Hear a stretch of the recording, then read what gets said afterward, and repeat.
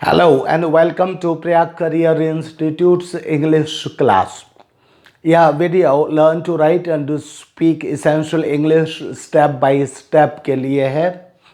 इस वीडियो में हम मे के पैसिव वॉइस में मे ऑक्सिलरी वर्ब मे से संबंधित हिंदी के सेंटेंसेस को इंग्लिश में ट्रांसलेट करना सीखेंगे।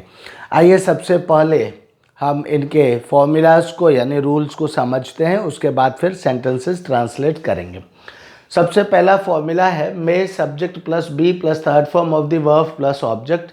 इसमें मे सबसे पहले आता है, ये परमिशन लेने के लिए यूज़ किया जाता है, किसी से परमिशन यानी उसकी अनुमति मांगने के लिए, आज्ञा मांगने के लिए या परमिशन मांगने के लिए।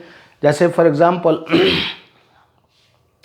क्या प्लस जा सकता है, जा सकती है, जैसे क्या यह बोर्ड साफ किया जा सकता है, क्या आपका नाम पूछा जा सकता है, क्या आपका नाम यहाँ लिखा जा सकता है, क्या आपको एक दिन के लिए बुलाया जा सकता है।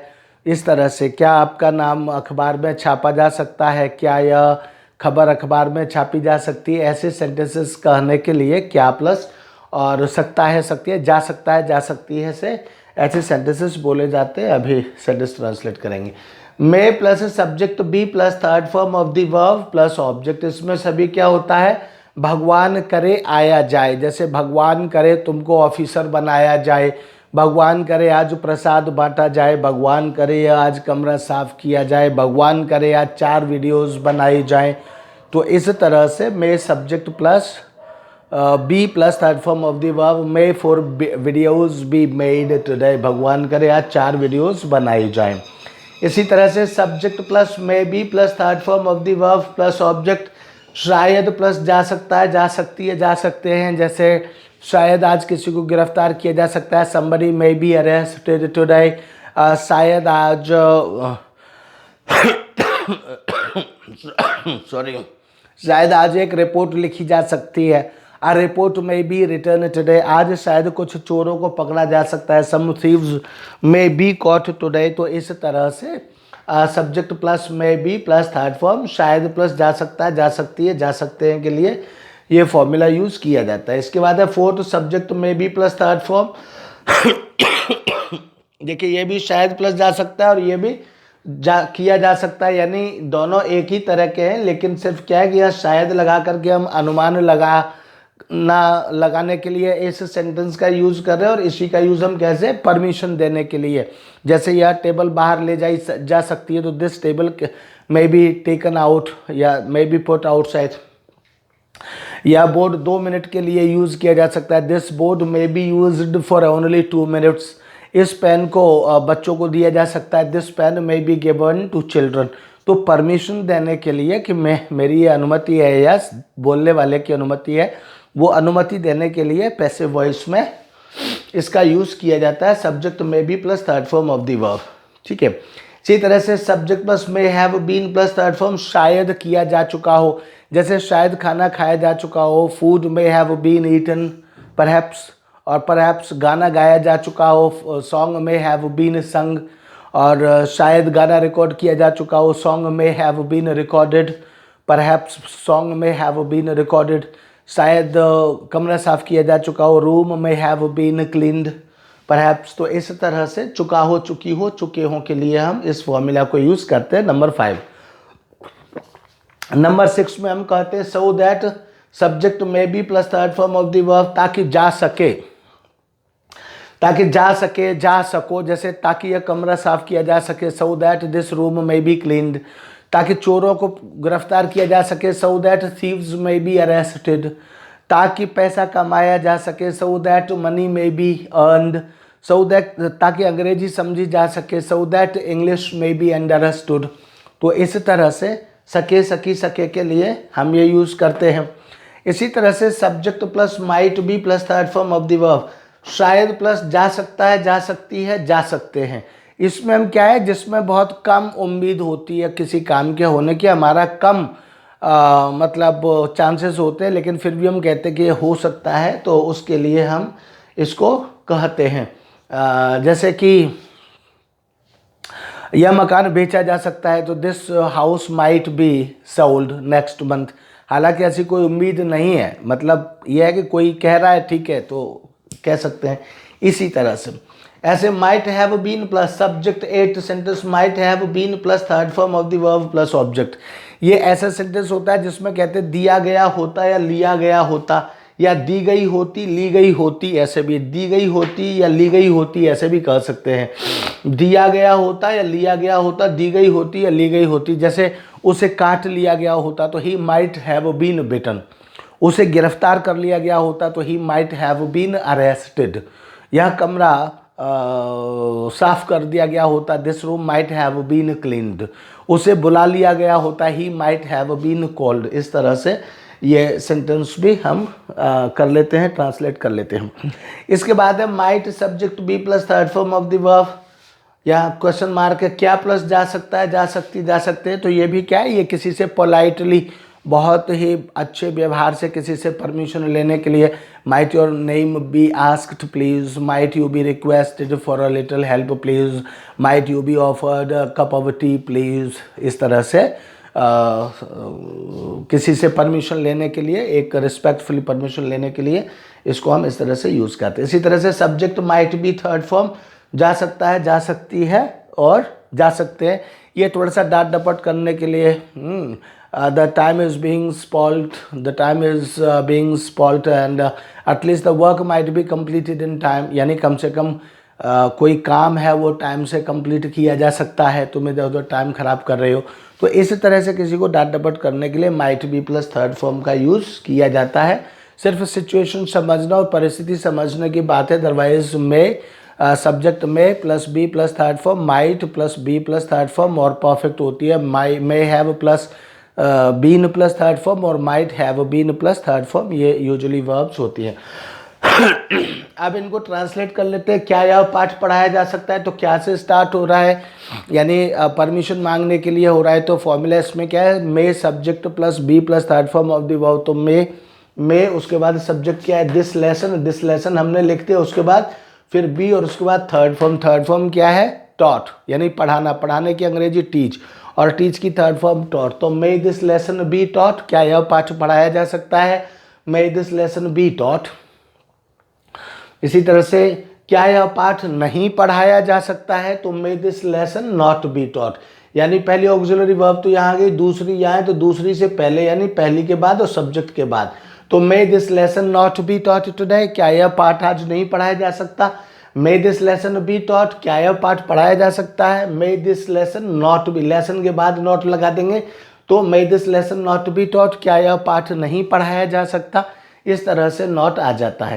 इसी तरह से भगवान करे आज फिल्म दिखाई जाए, may a film be shown today, यानी मे भगवान करे के लिए मे और फिल्म दिखाई जाए तो अ फिल्म बी शोन टुडे, यानी फिल्म सब्जेक्ट उसके बाद बी प्लस थर्ड फॉर्म, तो फिल्म बी शोन टुडे हो गया। अब भगवान करे आज फिल्म न दिखाई जाए तो may a film not be से पहले नॉट आ जाता है, may a film not be shown today. भगवान करे फिल्म न दिखाई जाए तो may a film not be shown today. इसी तरह से शायद आज केक काटा जा सकता है, तो अ केक में बी कट टुडे, यानी सब्जेक्ट क्या हो गया केक और मे बी प्लस थर्ड फॉर्म, तो मे बी उसके बाद काटने की अंग्रेजी कट, कट की अंग्रेजी थर्ड फॉर्म कट, तो अ केक में बी कट टुडे। लेकिन आज केक, शायद आज केक नहीं काटा जा सकता है। देखिए इसमें इंट्रोगेटिव तो बनते ही नहीं है, ठीक है, जो भी बनते हैं वो सिर्फ जो इंट्रोगेटिव बनते हैं वो सिर्फ परमिशन मांगने के लिए ही बनते हैं, तो इसलिए इसका हमें इंट्रोगेटिव बनाने की जरूरत नहीं है। A cake may not be cut today, यानी नेगेटिव बनाने की जरूरत है। शायद केक नहीं काटा जा सकता है, तो अ cake may not be cut today, A cake may not be cut today, ऐसे कहा जा सकता है। अब कार्यक्रम आरंभ किया जा सकता है, तो ये क्या है, परमिशन देने वाला है। यहाँ फोर्थ में बताया था परमिशन देने के लिए, तो अब यह कार्यक्रम आरंभ किया जा सकता है। तो नाउ सब्जेक्ट क्या है, कार्यक्रम, द प्रोग्राम, उसके बाद क्या है may be plus third form, तो may be plus third form क्या है, आरंभ करना, आरंभ करना की इंग्लिश स्टार्ट, स्टार्ट की third form started. So now the program may be started, now the program may be started, अब यह कार्यक्रम स्टार्ट किया जा सकता है। एक तरह से हम परमिशन दे रहे हैं, यानी बोलने वाला परमिशन दे रहा है।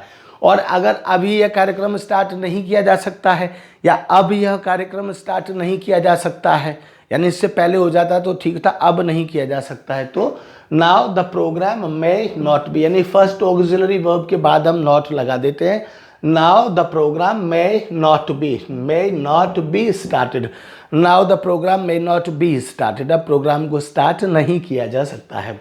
इसी तरह से शायद खाना खाया जा चुका हो, तो शायद, तो क्या खाया जा चुका हो, खाना, सब्जेक्ट क्या है, फूड, तो फूड, उसके बाद क्या है, मे हैव बीन, तो मे हैव बीन, या क्या है, मे हैव बीन, तो मे हैव बीन, उसके बाद क्या है, खाया जा चुका हो, खाने की इंग्लिश ईट, ईट की third form eaten, so food may have been eaten, food may have been eaten. इसमें शायद की अंग्रेजी मे का जो कंस्ट्रक्शन है इसी में होती है, अलग से शायद की कोई अंग्रेजी हम यहाँ नहीं कहते हैं। तो food may have been eaten, इस तरह से शायद खाना खाया जा चुका हो, खाना नहीं खाया जा चुका हो, शायद खाना नहीं खाया जा चुका हो। अगर हमको ऐसे कहना है तो food may not have been, यानी फर्स्ट ऑक्सिलरी वर्ब क्या है, मे, तो मे के बाद आ जाएगा not, food may not have been eaten, food may not have been eaten, food may not have been eaten.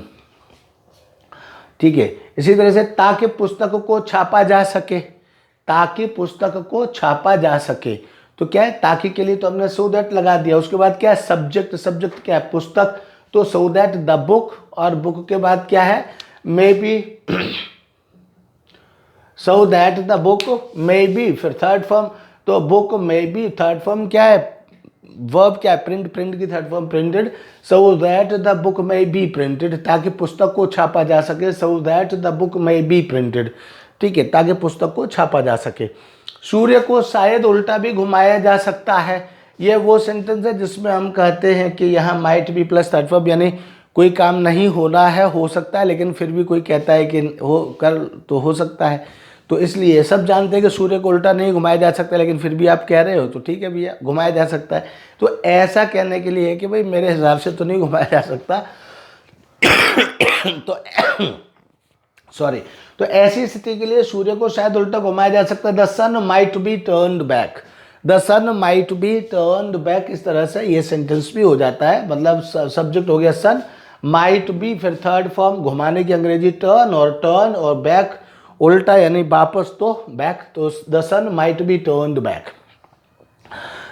और समुद्र को उल्टा नहीं घुमाया जा सकता है, तो the sun might not be, first auxiliary verb के बाद नॉट आ जाता है, तो the sun might not be turned back, the sun might not be turned back हो जाएगा। इसी तरह से आज समुद्र को सुखा दिया गया होता, आज समुद्र को सुखा दिया गया होता, तो क्या हो जाएगा, द सी, दिया गया होता क्या है, subject might have been plus third form of the verb, तो सबसे पहले सब्जेक्ट द सी, उसके बाद माइट हैव बीन, उसके बाद third form of the verb सुखाने की अंग्रेजी ड्राई, ड्राई की थर्ड फॉर्म ड्राइड, तो the sea might have been dried कब, today, the sea might have been dried today. और अगर इसको नेगेटिव बनाना है कि सूर्य को, समुद्र को आज सुखा नहीं दिया गया होता, तो क्या हो जाएगा, पहली ऑक्सिलरी वर्ब के बाद नॉट आ जाएगा, पहली ऑक्सिलरी क्या है, माइट, माइट के बाद नॉट आ जाएगा, the sea might not, the sea might not have been dried today, the sea might not, यहाँ आ जाएगा not have been dried today, जहाँ पे माइट के बाद नॉट आ जाएगा। इसी तरह से क्या आपकी थोड़ी सी भी मदद की जा सकती है, तो might you be helped a little, क्या से शुरू होता है, क्या, तो might subject be plus third form, तो might you be helped a little, क्या आपकी थोड़ी सी भी मदद की जा सकती है, might you be helped a little. और क्या आपकी मदद नहीं की जा सकती है, तो might you not be, first auxiliary यहाँ हो गई, तो दूसरी से पहले सब्जेक्ट के बाद might you not be, might you not be helped a little, negative बनाएंगे तो might you not be helped a little, यह हो जाएगा। इसी तरह से यह कार्य समय से भी समाप्त किया जा सकता है, तो this work might be finished in time, this work might be finished in A time, और यह काम समय से समाप्त नहीं किया जा सकता है, तो this work might not be finished in time, ये हो जाएगा। ये थे मैं का प्रयोग करने वाले पैसिव वॉइस में ये सेंटेंसेस थे। हिंदी से आपने इंग्लिश में ट्रांसलेट करना सीखा, इनकी प्रैक्टिस करिए और बहुत जल्दी इससे अगली एक्सरसाइज मैं आपको रिकॉर्ड करके दूंगा। तब तक के लिए थैंक यू, बाय बाय।